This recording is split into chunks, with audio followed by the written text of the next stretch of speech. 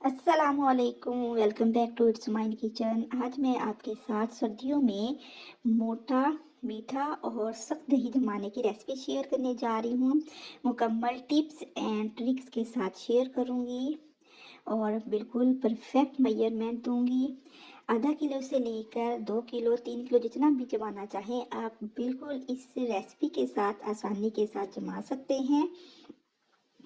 इस दही को हफ्ता भर के लिए कैसे फ्रेश और मीठा रखा जा सकता है ये भी शेयर करूंगी। चलिए आइए हम अपनी रेसिपी स्टार्ट करते हैं। सबसे पहले मैंने 2 किलो दूध ले लिया है, उसे मैंने बॉईल कर लिया है। बॉईल करने के बाद हमने 5 से 7 मिनट के लिए इसे लाजमी पकाना है। और जिस दिन आपने जमन लगाना है, अगर दूध आपने उसी दिन बॉईल किया है तो बिल्कुल ठीक है। लेकिन अगर आपने जो दूध एक दिन पहले का बॉईल किया हुआ है और फिर अगले दिन दोबारा उसको हल्का सा गर्म करके अब जमन लगाएंगे, वो जो दही है वो फ्रेश नहीं बनेगा और वो खट्टा भी होगा।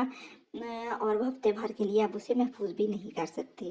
तो ये ज़रूरी है कि जिस दिन आपने जमन लगाना है उसी दिन आपने इसको बॉयल करना उसका ज़रूरी है।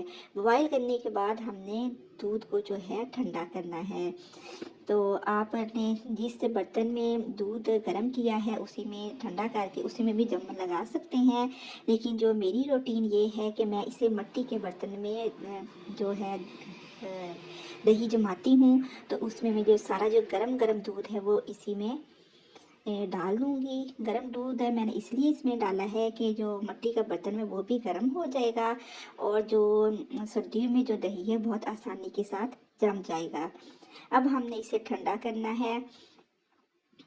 तो अब हम इसे थोड़ा सा करेंगे, 1 से 2 बार बीट करेंगे और फिर इसको हम रख देंगे, कवर करके रख देंगे।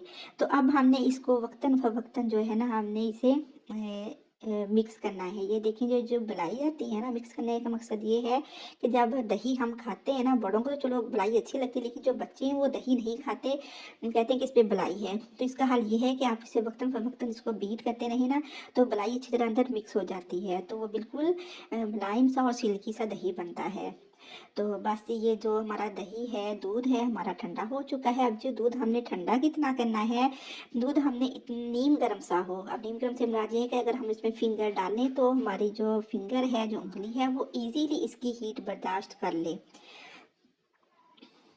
अगर दही दूध जो है ज़्यादा गर्म होगा तो ये खट्टा बनेगा और अगर ज़्यादा ठंडा होगा तो ये सही से जमेगा नहीं। इसलिए हमें इसका जो है प्रॉपर ख्याल रखना है। अब जो जिस दही का हमने जमन लगाना है उसको भी, अगर आपका फ्रिज में पड़ा हुआ है, मेरा फ्रिज में पड़ा हुआ था, तो हम इसको रूम टेम्परेचर पर लाना ज़रूरी है। इसलिए मैंने 2 घंटे पहले एक बाहर निकाल कर रख दिया है। अब ये रूम टेम्परेचर पर आ चुका है। इससे अब जो जमन है बहुत अच्छा लगेगा। अब जमन हमने लगाना कितना है, ये 2 किलो दूध है तो ये जो सूप वाले मैंने 3 चम्मच ये डाले हैं। अगर चावलों वाले चम्मच देखें, जो बड़े चावल जिसे हम खाते हैं, वो 6 टेबल स्पून यानी कि 6 चम्मच हो जाएंगे 2 किलो दूध में। अगर आधा किलो दूध है तो 1.5 चम्मच जाएगा चावलों वाला, और अगर 1 किलो है तो 3 चम्मच इसमें जाएंगे। अब जी इसको कवर करने की बारी आती है। किचन काउंटर पे ही मैं इसे रख देती हूँ। अब मैंने मोटा कपड़ा ले लिया है, उसकी 3 से 4 तहें लगा दी हैं और इसके अंदर जो है मैं इसको रख दूँगी, इसको कवर करूँगी। हमने इसे इस तरह कवर करना है कि कहीं से भी ये हवा ना जाए इसके अंदर, जो इसकी जो हीट है वो लॉकअप रहे। तो बस इसको हमने बहुत अच्छी तरह से कवर करना है कि बर्तन कहीं से भी नज़र ना आए। वैसे अगर आप इसको ओवन में भी रख देंगे तब भी आपका दही बहुत अच्छा जम जाएगा। वहाँ रखिएगा जहाँ पे इसको हवा ना लगे। बस ये देखिए जी, अब मैंने 4 घंटे के बाद, 4 घंटे मैंने रखा था, ये दही देखें माशाल्लाह कितना परफेक्ट किस्म का दही जो है वो जम चुका है। अब जी इसको यहाँ स्टेज पे ना हमने इसको मिक्स करना है, ना ही कुछ भी नहीं करना है। हमने इसको ऐसे ही से उठाना है। उठाकर डीप फ्रीज़र में जो बर्फ़ वाला हिस्सा है इसमें तकरीबन 1 से 1.5 घंटे के लिए रख देना है। इससे एक तो ये है जो दही है वो खट्टा नहीं होगा, हफ्ते भर के लिए भी रखे उसका जायका ख़राब नहीं होगा। दूसरी बात ये कि इसके दही बहुत अच्छा सेट हो जाएगा। ये देखें जी माशाल्लाह कितना अच्छा मोटा और सख्त दही जमा हुआ, बिल्कुल बाजार जैसा दही। हमने कुछ कुछ भी नहीं डाला, सिर्फ हमने जमन लगाया है।